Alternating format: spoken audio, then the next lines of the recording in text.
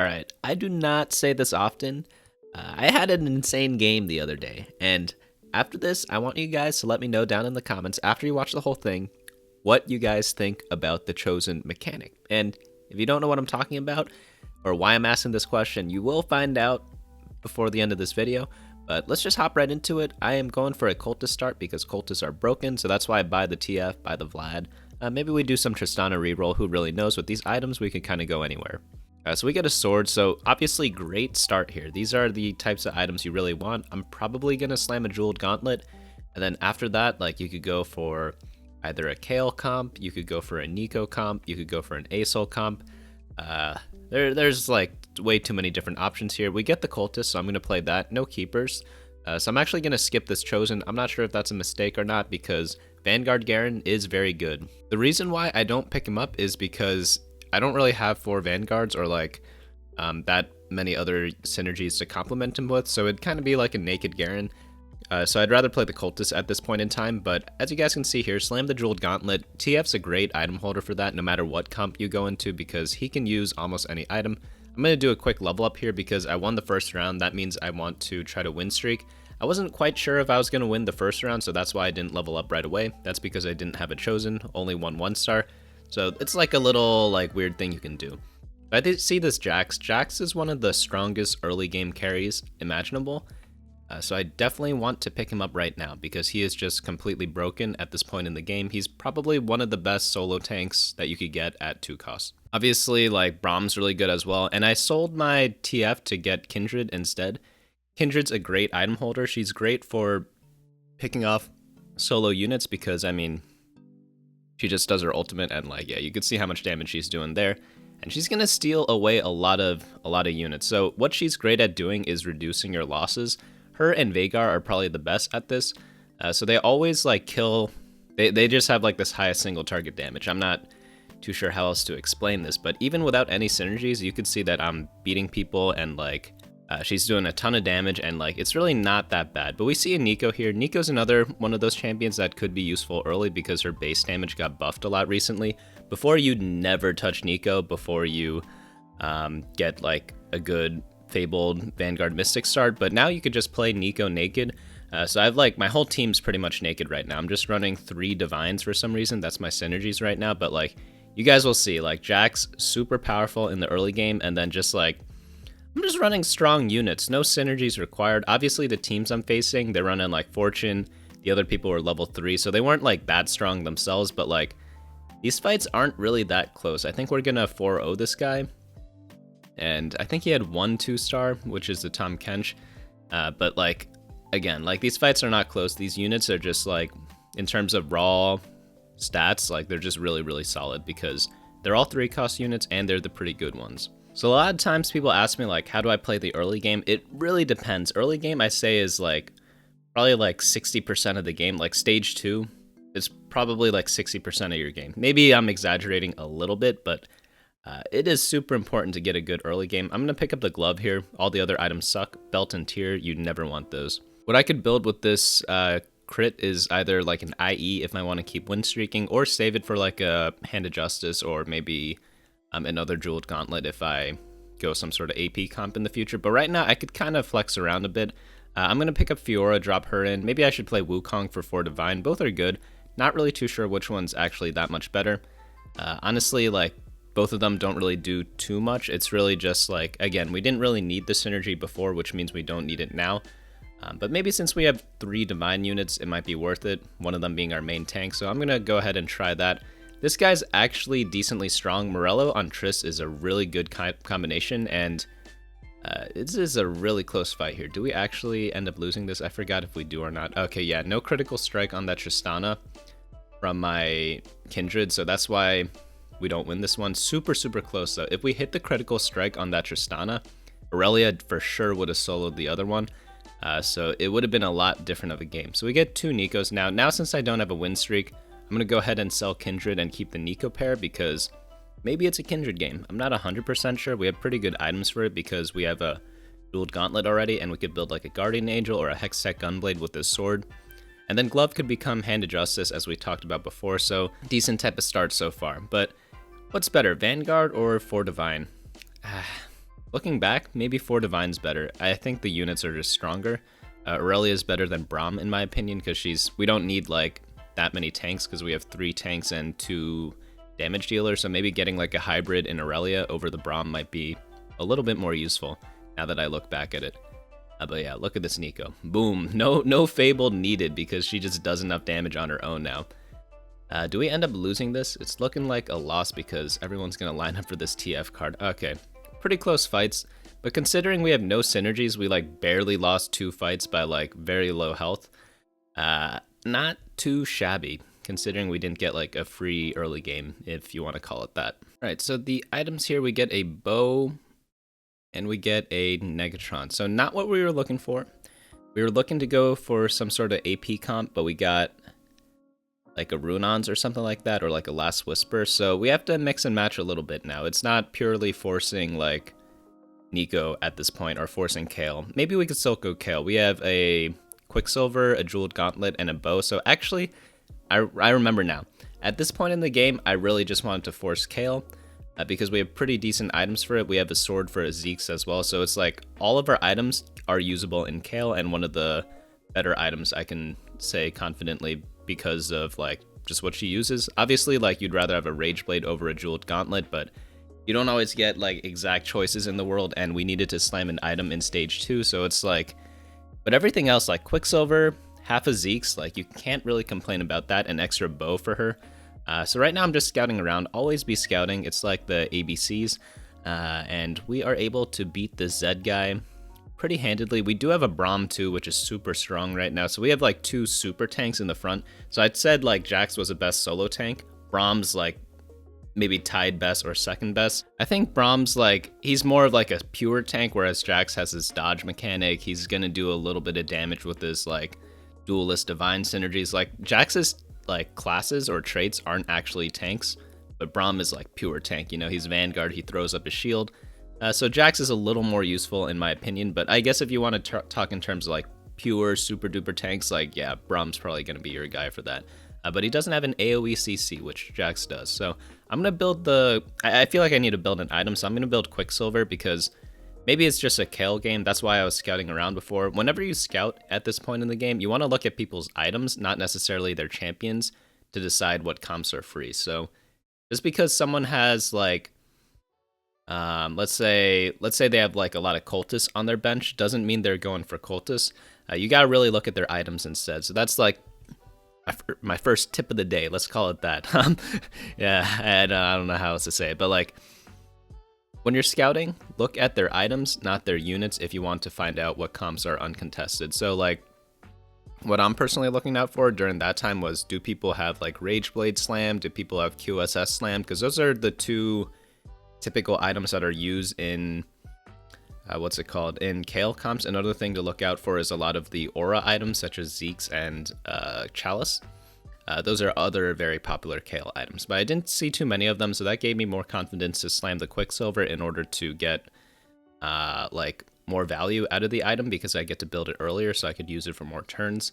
And you never want to greed your items, so my general rule of thumb that I've been preaching for I guess like the entirety that TFT's been in existence is, if you have 4 or more components on your bench, you need to make an item unless you really know what you're doing.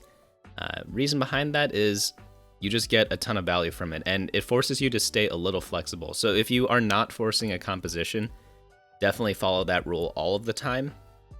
And if you are forcing a composition, follow that rule maybe like 70-80% of the time as well. Unless, like, obviously, once you get higher up, you'll need to know when to deviate from that rule. But if you're, like, below Masters, like, you definitely should be slamming items whenever you have 4 or more components. It kind of gives you direction as well. So no items here that we are, like, dying for. So I guess I grabbed the belt for a Zeke's, because, again, since I'm forcing Kale, that tier is pretty much useless to me. I guess I could build Hand of Justice, but like since I have the bow, I want to build a bow item for the 3rd item on Kale. So Zeke's here, gonna be really good for Kale. And then we get a tier here anyway, so unlucky. If you get a lot of tiers when you're playing Kale, you could build a blue buff Lee Sin, And that is the best item on Lee Sin, probably the best item in the entire composition, but it all revolves around you actually getting Lee Sin, so that's why you don't go for blue buff right away, because if you don't hit Lee Sin, which is a legendary unit, and it's pretty hard to hit legendary units, I don't know if you guys knew that, but that's why you don't like slam blue buff right away and just force Lee Sin every game. If he was easy to hit, people would be doing that, but he is not. You can't guarantee a legendary every game. Whoa, this guy's got a crazy 2-star Akali with RFC IE. That is definitely scary, and yeah, he's gonna destroy us right there, because that is...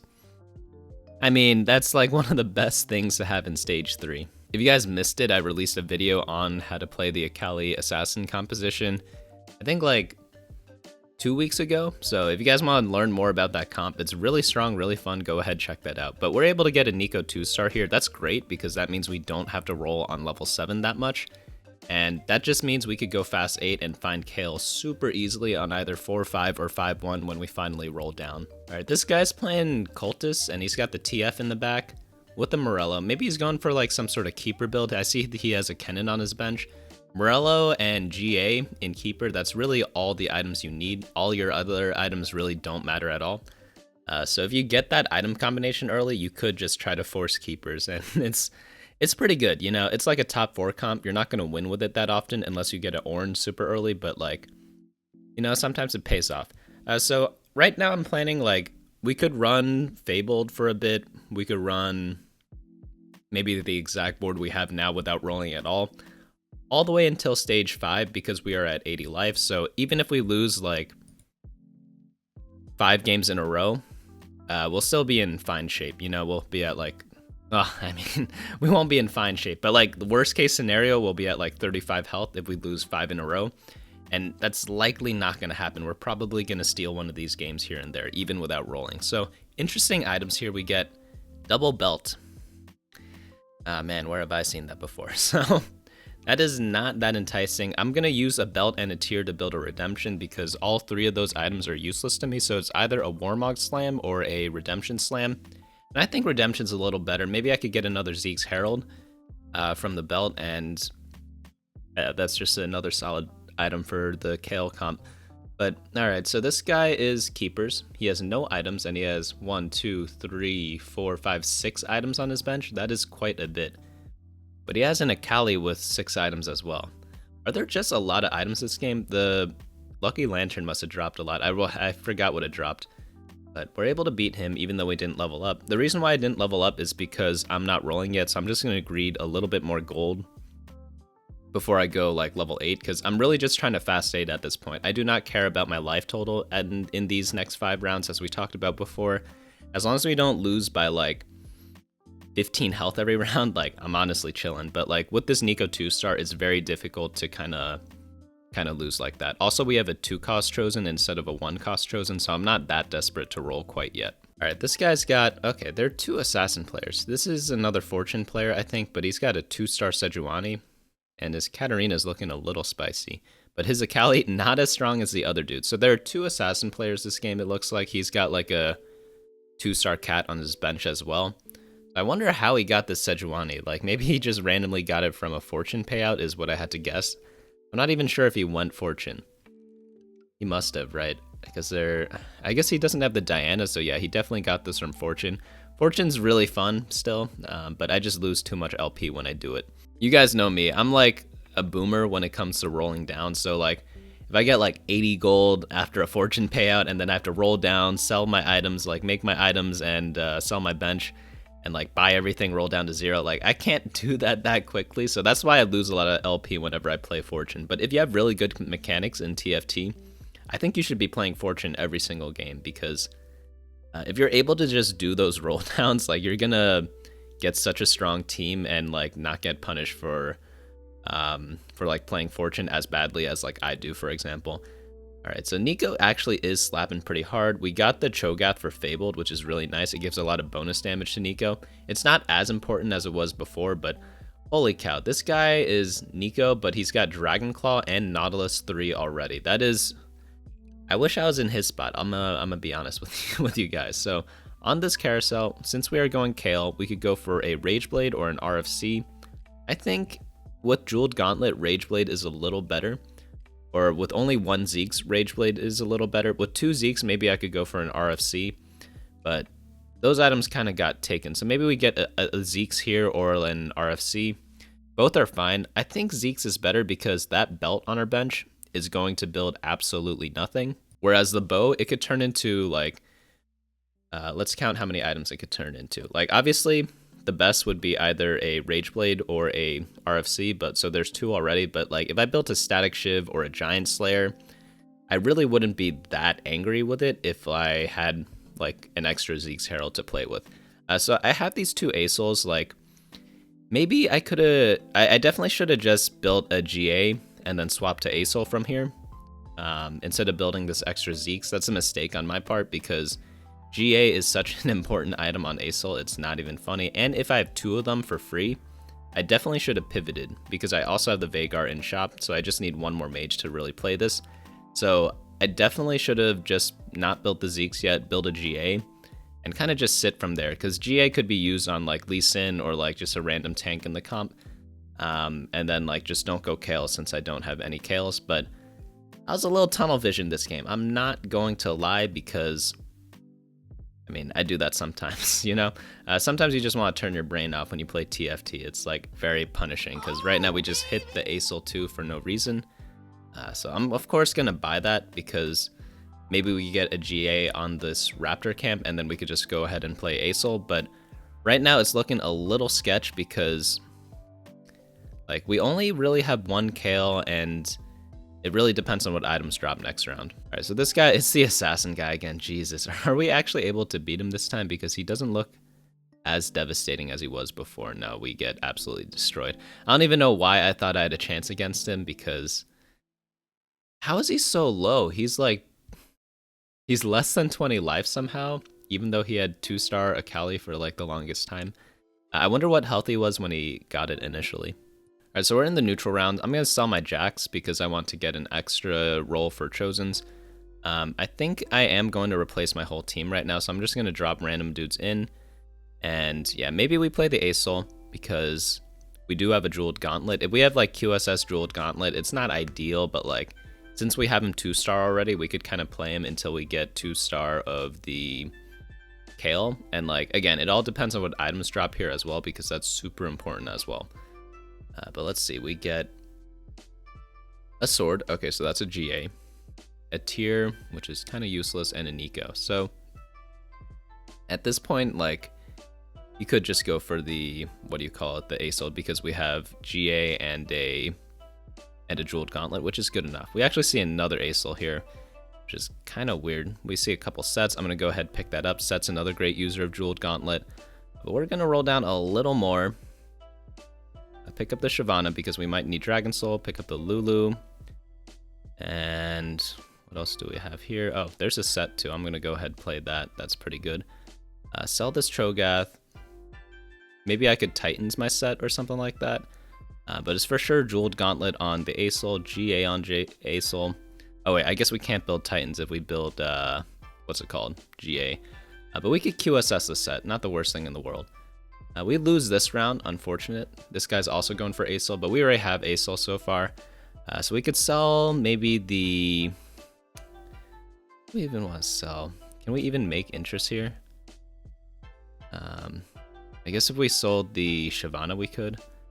Or if we won. I don't know. This one's really weird because I kind of want all these guys, so maybe I shouldn't have sold anything because...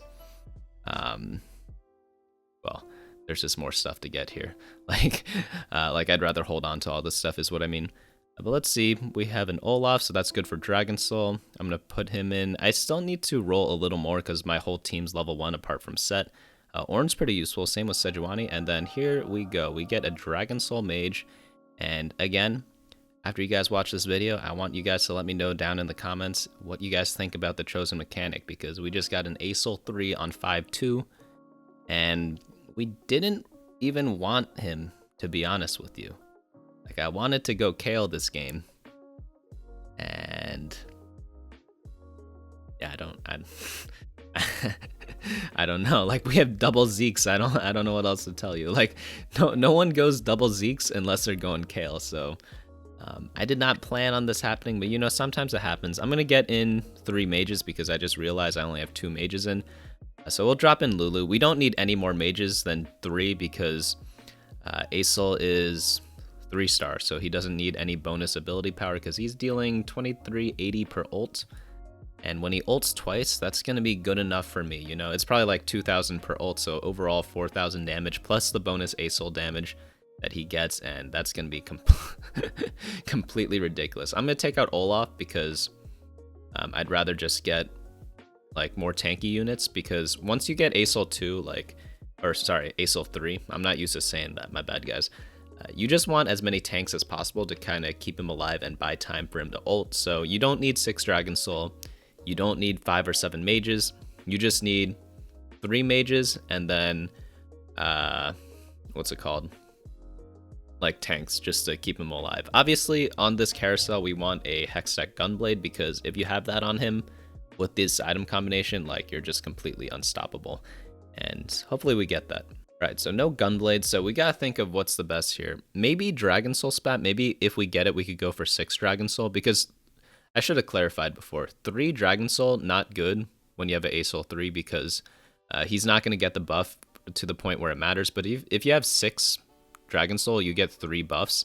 And since we have Dragon Soul chosen, that means we have 5 characters who are able to get Dragon Soul. So 3 right away get it in the beginning, and then once 2 of them die, the other 2 get it. So it's actually pretty worth it if you get to 6 Dragon Soul, because it gives a lot of attack speed and ability power. And while the ability power does not matter, the attack speed does, because it allows Aesol to cast faster because he gets more mana. So that's why I want to get that Dragon Soul Spatula, because none of the other items were that enticing.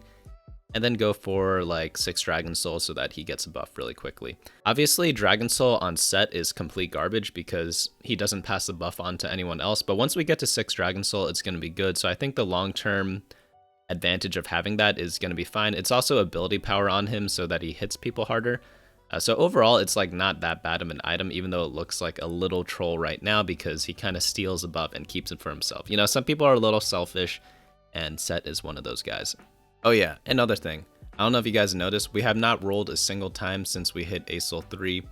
And you just, I don't know if I need to say this, but like, you just don't need to, because you want to just rush 9 after that and go for like some cool legendaries. We face this guy who is a Elderwood player. Is that even a thing anymore? Is he like 6 Elderwood? I can't tell, but like, yeah, doesn't mean much. Like, resistances don't mean much when you just deal that much damage. And holy cow, chosen. Gonna be PvE's out in like, I think 7 days by the time this video is posted. So, I mean, that means we have 21 days left of this. So if you like Chosen, keep playing it. Okay, so here we get another QSS. I wonder if I should QSS my Aesol, because even though it's not healing, and if I do get a Gunblade on the next carousel, there's a 100% chance that I win the game. Maybe Quicksilver is good enough because it kind of blocks all the Aatroxes that pull him in. Yeah, thinking back at this, I should have just QSS my Aesol because it is just way too good of a combination. But we get Collector here. It's a little greedy to put this on Aesol because he doesn't actually need the execute thing. In fact, I think it's pretty useless on him if you think about it, because he just one-shots people from 100 health, so why does he need like the 10% execute bonus that the item gives you? I guess I get more gold this way because he's gonna like get a lot of that stuff. But like, since we have the item remover, I think like if we do get the perfect item for Aesol, or if we really need the QSS on him, we could just item remove the collector and then just put whatever item we want on him, whether it be the QSS or something else. But look, Aatrox pulls him in the middle. So it's looking like a tiny sketch, you know, and it's like, had we had Gunblade, like this game wouldn't be even close, but like we don't. So yeah, this guy's got Dragon Claw on his Aatrox, but luckily set with the true damage with the Dragon Soul buff. He is dealing quite a bit, because look at this. Bam. True damage. Oh, wait. I remember this fight. This is actually a little worrying to me, but we get a lot of gold there. Like, we could go level 9 right now and just put some random person in. Doesn't really matter who. Maybe it's a Lee Sin, but we want to get 6 Dragon Souls, so I think I'm going to roll for that. There's another Lee Sin. There's another Set. There's another Ornn. No Dragon Souls. because we sold all of them before. Unlucky, but maybe we hit them in like next turn or something like that. I forgot when I actually hit it, but we want Swain. We want like Brand. Brand's really good because he's a mage, but I doubt we'll get him right now. So we'll lock the shop. This has Vhagar 2 and Olaf in it. I'm going to position my Lee Sin around their main tanks because Lee Sin is a broken unit. Even at 1 star, he has got a pretty decent chance of kicking like this Swain 2 off the board. It doesn't happen every time when he's 1 star, but like there's some games where he just completely steals games with no synergies just because he kicks their main tank off the field. It happens sometimes. Oh yeah, Collector made it so I didn't even need to lock because I was able to buy everything because Aesol killed a bunch of units.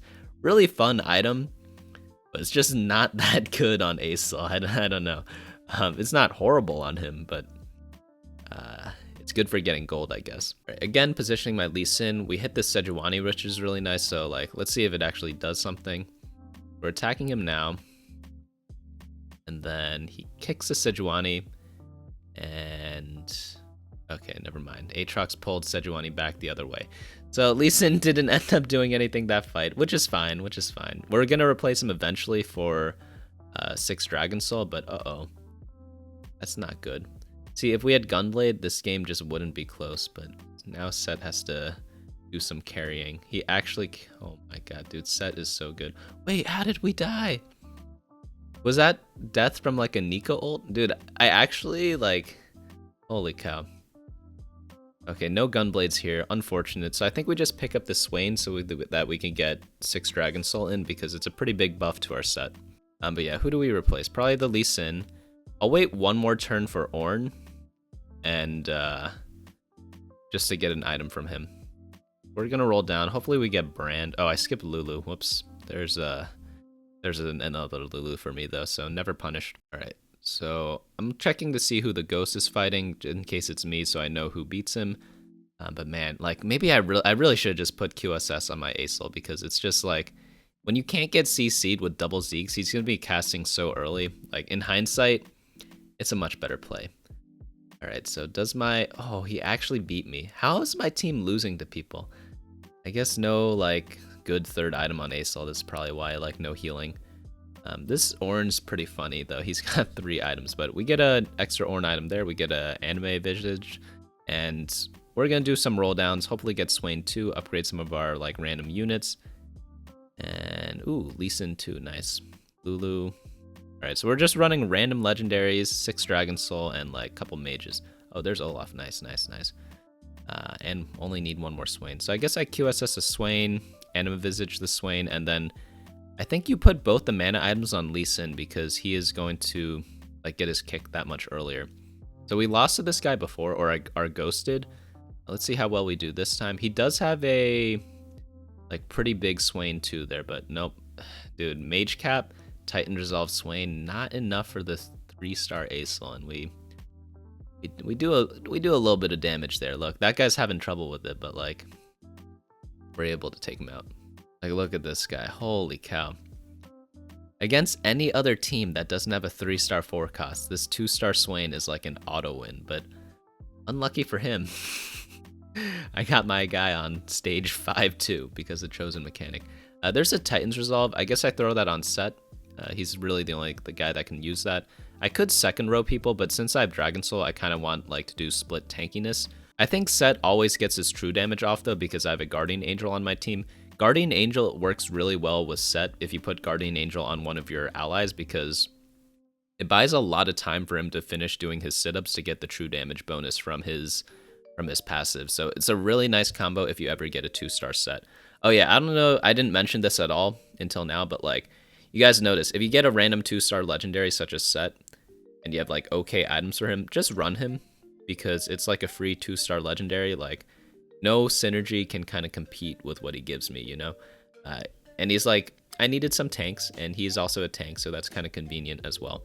But right now we're just rolling for Swain 2. Don't end up hitting him. I'm going to move my Lee Sin scout, look for his Swain, and try to place him right next to him. Like Swain or Aatrox getting hit is ideal. We get his Cho'Gath this time, and I'm just checking to see if he swapped, and he did not. But let's see how we do here. Lee Sin kicks someone to the target dummy in the corner. Unlucky. He's kind of playing around Lee Sin. I wonder if I should sell Lee Sin at this point. But yeah, our Aatrox is getting pulled. Not Aatrox. His Aatrox is pulling our Asol. So maybe, like, again, it's like the Quicksilver difference because Asol got super exposed to this guy. But let's see what Set can do. He is very powerful. He's got Titans and he's got true damage and not even close. Holy cow. This this guy with Dragon Soul is so nice. Right, so maybe there are 2 rounds left. Maybe it's just 1. I do have the item remover. Do I want to change anything? Like, I don't want to sell the Swain, you know, because I'm so close. I guess Sedge 2 is pretty useful. Who could I play that over?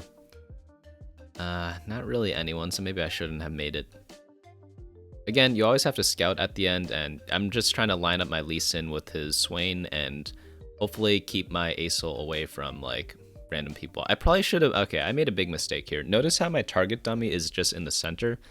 That's pretty useless. I should put it in a corner to bait out Asol and Aatrox ults, because that's actually really devastating. So I make a big mistake there. Don't do that in your games. Doesn't matter because I'm so far ahead. It does not. Again, let me know what you guys think about the chosen mechanic in the comments below, and I will see you guys later.